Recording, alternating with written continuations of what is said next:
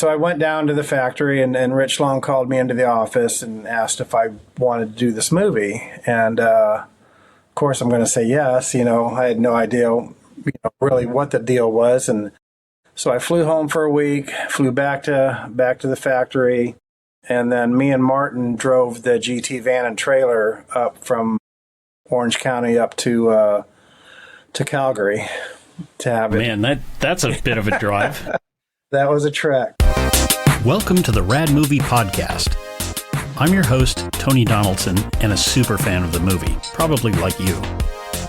In this podcast, I will be interviewing the cast of the film, some of the writers, and some notable fans. You can watch this podcast as a video podcast on YouTube or listen to it anywhere you listen to podcasts. Please consider liking and subscribing and share this with your Rad fan friends. Hey, fellow Rad fans. Welcome back to it's a milestone, actually, today. It's the 10th episode of the podcast. Most podcasts do not make it this far. So thank you for sticking with me for this. I have a really good guest today. It is none other than the Sheepdog himself, Kevin Hull. He goes into how he got started, what got him into BMX, how he got the nickname Sheepdog, who gave it to him, and his experience on the movie Rad. It's a fun little conversation. I think you're going to like it. And so without any more fanfare, let's talk this sucker. Hey, Kevin, how are you? I'm doing good. How are you doing, Tony? Good, man. Good. Where are you these days? I am up in Olympia, Washington now. Okay. Yeah. All right. Been up here since 95, so yeah. Wow, that's great. Yeah. Very good. Are you, well, let's go all the way back, way before Rad. How did you get started in BMX?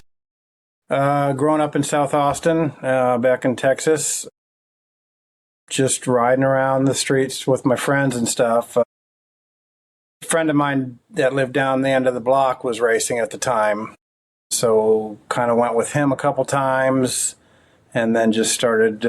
That's how it started. That was back in fall of '78. Wow, so since the 70s. Yeah. Right on. How old were you then? 12. I was 12 when I first started racing. All right. Yep. So, yeah, Very that's cool. how I got started. So. Well, and you did pretty darn well, I would say. Yeah, I think I did okay over the years. So. I mean, it's pretty rare to make it to the pro ranks. Yeah, definitely. So, just a lot of riding, a lot of, it was fun, started with the trails and ended up racing, and then, got to travel a lot and, got to turn pro after a while and all that. So, yeah. It was sponsored by GT. Yeah, that was a big thing for me. Locally, I was sponsored by a small bike shop-ish team, Texas BMX Accessories. They were backed by GT, so I kind of went through the ranks of a support rider on the team, then a co-factory GT rider, and then basically at the end of '83 is when Nelson Chanity turned pro for 84, and they were looking for an amateur to fill that class for '84 going forward. So I did good at the Grands that year. Went out to LA in December of '83, also after the Grands, to the World Championships, and then we went to the GT factory and met up with Rich and Gary, and they picked me up. That's fantastic. Kind of a dream, Yeah, no kidding. So, yeah. I mean, to go from just a small town racer to, well, not small town because Austin's not small, but go from a small time racer, I should say, right, to working your way up to arguably one of the best teams that ever existed. Right. Yeah, that was. I'd never imagined it. I was just racing, doing my thing, and just kind of, it just kind of all worked out, which was great, and then. Being on GT for 4 years was just a dream, and, traveling and racing, and yeah, it was awesome. I mean, and part of your legacy is you're in the Texas BMX Hall of Fame. Yeah, yeah. When they started that, yeah, I got in on the first go around. Even though I kind of was more popular or whatever you want to call it in the 80s, but I did start in the 70s and stuff. So yeah, I get back there every so I think I've been to that one and two others inductions. I'd like to get to all of them, but just can't go every year. So Sure. it's kind of one of those things. But Yep. Yeah, that was an honor, definitely. So then how did you get involved? Were you approached? Did you approach the people that were producing Rad? Like, how did that work? No, that was in the fall of '85, racing again. I had come back to LA, Orange County, whatever, from the NBL Grands, and went down. I always hung out at GT and stuff at that time. I hadn't moved out to LA or California at that time, so I was still going back and forth to Texas and stuff. Anytime I flew out to LA for a race, I'd stay for a week or so, hang out at GT, make T-shirts, send parts home, this and that. So I went down to the factory, and Rich Long called me into the office and asked if I wanted to do this movie. And of course, I'm going to say yes. I had no idea, really what the deal was. And so I flew home for a week, flew back to the factory, and then me and Martin drove the GT van and trailer up from Orange County up to Calgary to have it. Man, that's a bit of a drive. That was a trek. So yeah, and then we were there for about three weeks. Eddie was already there before us, doing kind of the paper route things and all that early part of the movie. And by the time we got there, it was starting to get into the qualifying. They were just about to start the qualifying and the racing and all that stuff. So yeah, That was all at Boness Park, right? Yes, yeah, Boness Park there in Calgary, and just built just for that and then torn down. So such a cool thing. I mean, I wish I could have seen it back then. What sort of shenanigans did you and Martin get into on the way up here? Up on the way up, nothing. No, I mean, Really? No. If we did, I can't remember it. There's a lot of things I can't remember from way back when. Are you going to plead the fifth? Right, maybe that too. But I mean, hanging out up there during filming, there were times we couldn't film, and we'd just drive around, roam around, ride the bikes around the town. There was times it was snowing, you couldn't really do much, but we had fun, just staying there in the International Hotel and stuff. And, I've got a couple photo albums of pictures from then. And there was times I was so bored I was building models in the room. Your photo albums are legendary.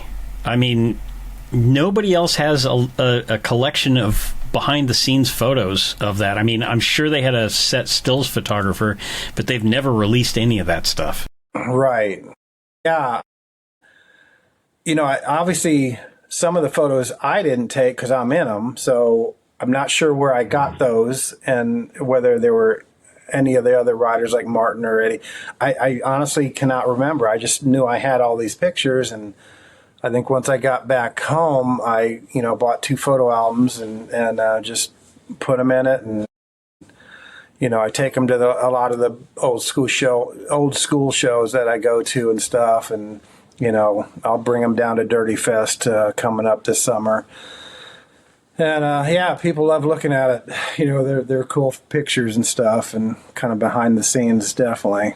So. Yeah, I mean, there's a lot of people that collect a lot of memorabilia from the movie and that kind of thing, but the photos would be, that's something very unique that you have. Yeah. So I think I've posted some pictures over the years, but it's been a while. So out of the album, but not a whole bunch of them. So they're cool. So yeah. Very cool. Yeah, I mean, if anybody's ever doing a book on the movie Rad, it would be good to be in touch with you to talk about that sort of stuff. Yeah, that'd be cool. For sure. So are you coming down for Dirty Fest this year? Yeah. I went last year for the first time. Kind of, had heard about it, obviously, and everything. So me and my wife went down last year, and then we're going down again, and one of my sons is going down with his wife. Very cool. So it'll be fun. It'll be good fun to run into you. Right. Yeah. Oh, definitely. Yeah, I loved it last year, and it just keeps growing every year. Yeah. So it'll be another good weekend. Yeah, I'm looking forward to it. Same here. I usually go with John Carr. Okay. Yeah. I love John. Yep. Yeah, I lose him the second I get there because he's off, somebody grabs him and exactly. Always. I mean, you can't help it. There's so many people that you want to talk to and so many people you miss, So it's just, it's great though. Definitely. It is. It's a good time. I really like the background you've got set up. Oh, yeah. It's my man cave, some of my rad stuff, and, photo. Yeah, is that a cover of you? That's, BMX Action. That's one of mine. That's awesome. So I've got a couple on this other wall and stuff. So, yeah, that was, God, I forget what year that was. That was down at Balboa. Down at Balboa with Milwee and Chris Moeller, and we were doing some street riding, jumping off the curbs and stuff. And that was a black and white photo that they colored for BMX. Wow, who shot it? Yeah, was it Spike? Wendy. All right. It's the only time they ever. Years later, I heard it was the only time they ever colored a black and white for a photo, a cover shot. Kind of unique. It very much is. I mean, this is before the age of computers and all that stuff. I do remember Spike used to color some of his photos, but he did it with like markers. Right. So this is probably a little bit more work than that. Probably. Yep. So yeah. So who gave you the name Sheepdog? That was from Texas again. There was I've told this story a few times. Across from the high school I eventually went to was a half convenience store, half arcade. So we hung out there, I can imagine. Missile Command and all that stuff, and just you had snacks, and there was a guy there that worked there, big redneck. We called him Snuffy. Big tall guy, nice guy. And just one day he just said, "You just look like a sheepdog," just because of all the hair I had, so big and blonde and, flowy and whatever. And so, yeah, it just kind of stuck and kind of went with it and, had it on my, leathers and things like that. And so, yeah, still there. Nice. Yeah. Well, the neighborhood always gives you your nickname. Right. You can't give yourself one. So what was your experience being on the movie? Working on the set? But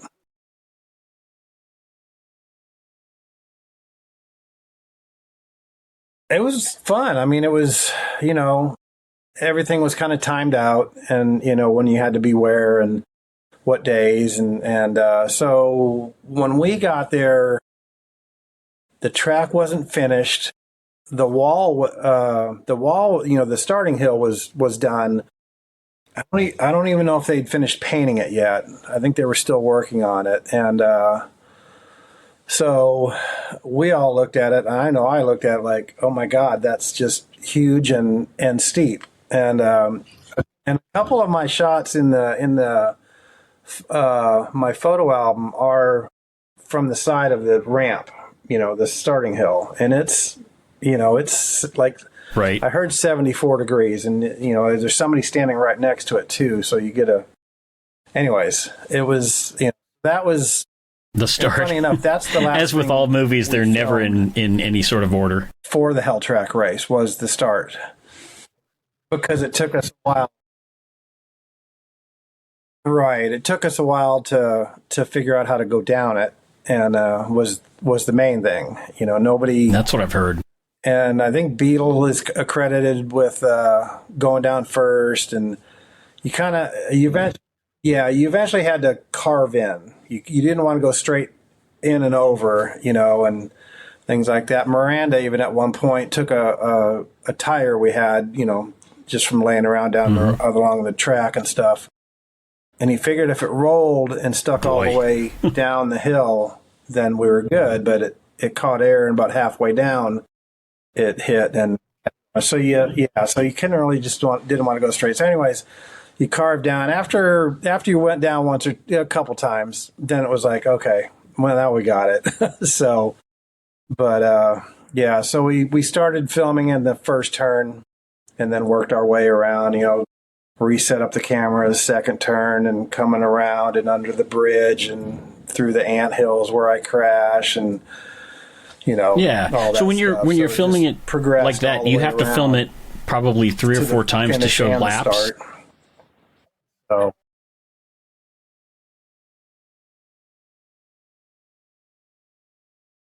yeah, and if you really, and I'm sure a lot of people have noticed, if you really watch the movie,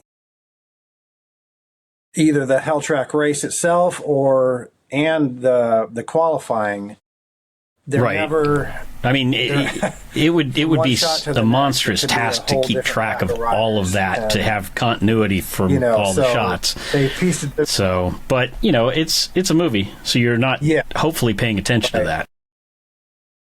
Oh God,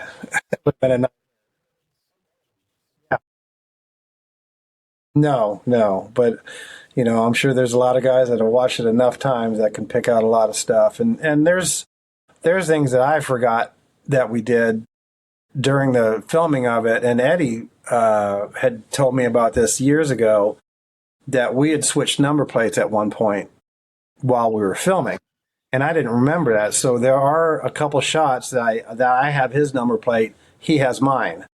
And then there's something for the eagle-eyed fans to watch out for the next time you watch. See if you can notice the difference between the two. Is that in the qualifying race? Right. Yeah. Yeah.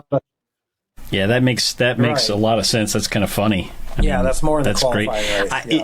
I keep wanting to get Scott Clark on here, because in the qualifying rounds, every shot he has his JT mouthguard hanging down. Every shot. It's never snapped. And I haven't paid enough attention during the race to see if he actually snapped it for that. Oh, he does. Really? So that's something I want to ask him about. Funny. Okay.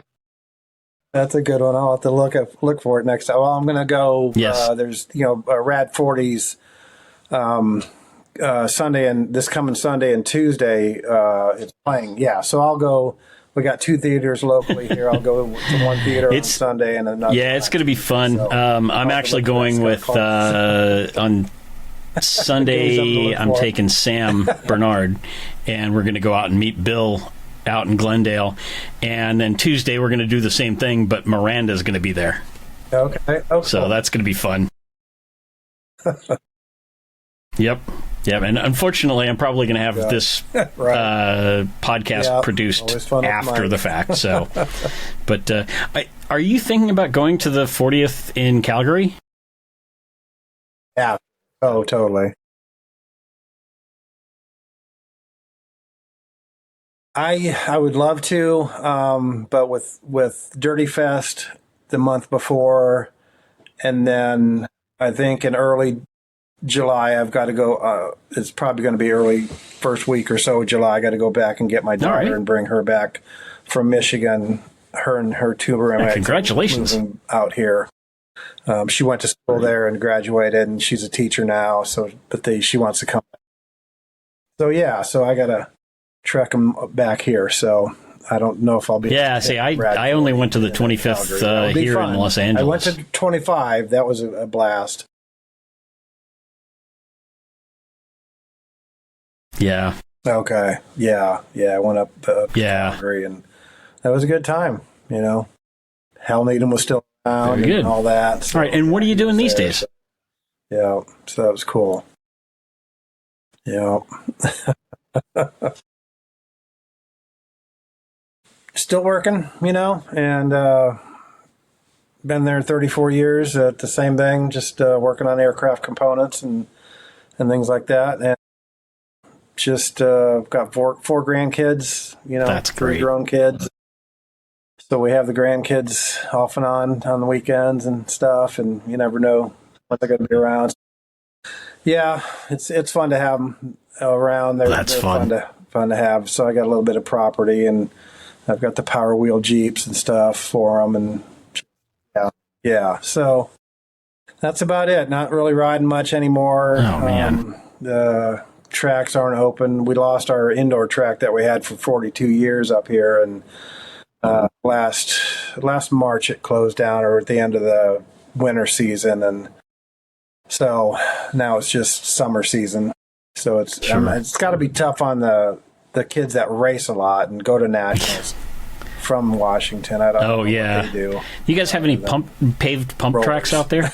Because it rains a lot during the winter, and it's cold. So there are some, so not near me. I'm not sure even where the closest paved one is, but I know years ago a few guys here locally were trying to get just a dirt pump track, and that was just too much red tape for the county, or for us to deal with the county just for jumps. And there is one riding area right by my work I used to ride at that's still rideable and stuff, but I don't even go there. I haven't been there. Right. Every once in a while I'll stop by during lunch or something and just walk it, and so it's there. So and I still got my 24-inch. I got my GT and stuff, and I got a 20-inch I could build if I wanted one. So it's a newer, like the Mach 1, and then GT sent me a Mach 1 a few years ago, kind of COVID-ish, I guess. And they even sent that was my cruiser, and then they sent me the Speed Series 20-inch, and it's been a year since I've been on a 20-inch, and it was just way too twitchy. I just couldn't handle it. Took it out the track and rode a few laps, and no, I couldn't do that anymore. So I'm good on a 24-inch, and then I've got a 26-inch Gary Turner cruiser that Craig Turner makes and stuff. And then I've even got some of the Gary Turner 24-inch race frames that Craig made. Very cool. Yeah, I mean, the thing about looking at the modern BMX bikes, 20-inch or otherwise, those seats are so low, and I'm too old for that. Like, this just kills my knees. Yeah. Yep. No, I don't get it. Not me. Yeah, when I do go out, I'm kind of one of there's not many guys out there that have them that high like we used to do it. And there you go. So, but whatever's comfortable All right. for me. I'll Kevin, thank you so much for spending the time with me and doing the interview, and I'll definitely see you at Dirty Fest. Hey, thanks for making it all the way to the end of this episode. Please hit that like and subscribe button and check out our other episodes.